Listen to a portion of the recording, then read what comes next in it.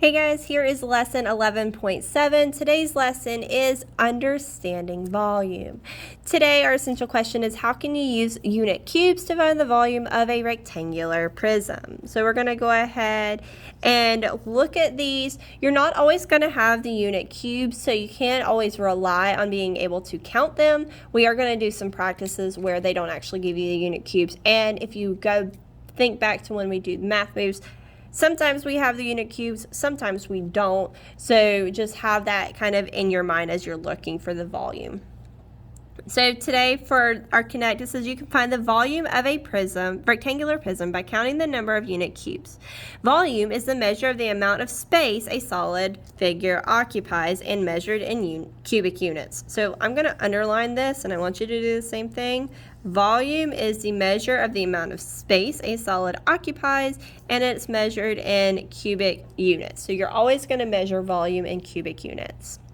Each unit cube has a volume of 1 cubic unit. Whether you're using inch units, whether you're using feet or miles or centimeters, whatever unit you're using, it would be a cubic unit. So the rectangular prism above is made up of how many unit cubes? So what they did is they have this and then they just broke it apart. So now we have 1, 2, 3, 4, 5, 6, 7, 8. So it's made up of 8 unit cubes and it has a volume of 8 cubic units.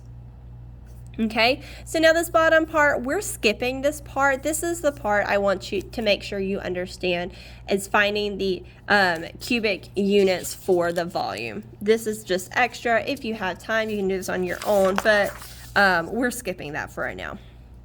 We're going to go to the back where it says make connection. This says to find the volume of a three-dimensional figures, you measure in 3 directions. For a rectangular prism, you measure length, width, and height. Volume is measured by using cubic units such as cubic centimeters, cubic inches, cubic feet. Which is a greater volume, 1 cubic centimeter or 1 cubic inch? So look at the difference between a cubic centimeter and a cubic inch. Which one of those has the greater volume? Hopefully you said the cubic, 1 cubic inch. Because 1 inch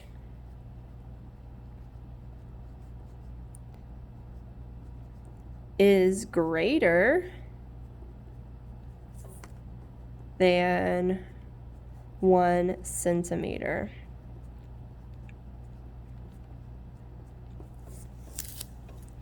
So we can tell that our cubic inch is going to be bigger than a cubic centimeter.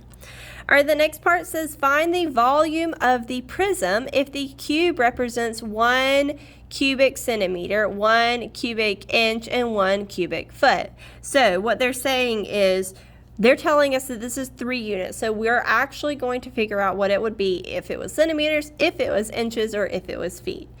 It doesn't change the actual dimensions themselves. It just changes the units. Okay, so we have 3 units times 6 units times 2 because we have length times, and I'm going to write this out and you're going to do it too, width times height. Okay, so we have 3 times 6 times 2. I know that 6 times 2 is 12, and then 3 times 12 is going to give me 36. So that would be 36 cubic centimeters if our unit was centimeters, 36 cubic inches if our unit was inches, and then 36 cubic feet if our unit was feet. All right.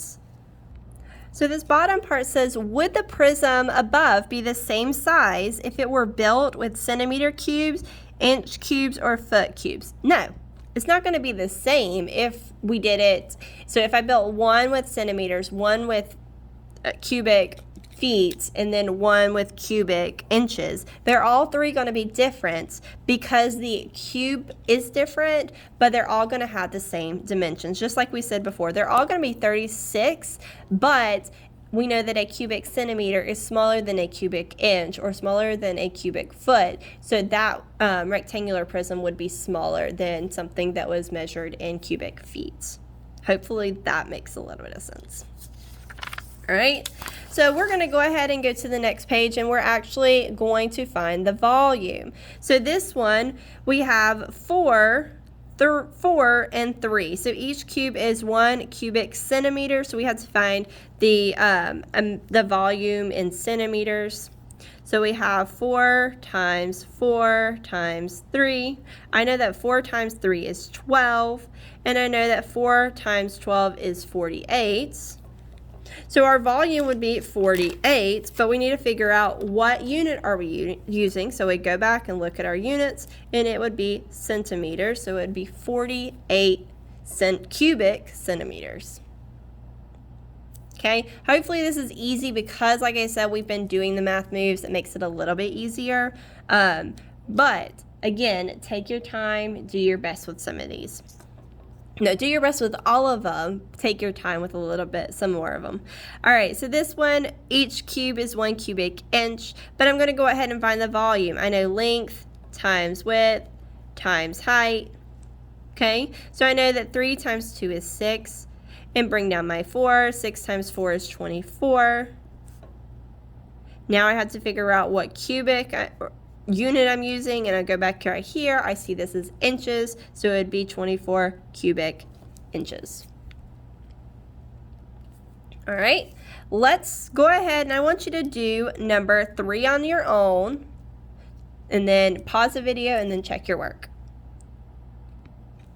Hopefully you said 36 cubic feet. If you did, yay you. Good job, guys. If not, go back and double check your multiplication because that's probably what you messed up on. So make sure you have your multiplication correct. All right, so this next one, go ahead, pause the video, and then check your work. All right, this one, we multiplied length times width times height, which gave us 60, and it would be inches. I like to circle my units so that way I know what I'm doing. So it would be 60 cubic inches. Okay. I feel like we've got this. We'll do one more together and then we'll let you do the rest on your own. So this one, compare the volumes again. This one's a little bit different because you're actually we'll do both of these together.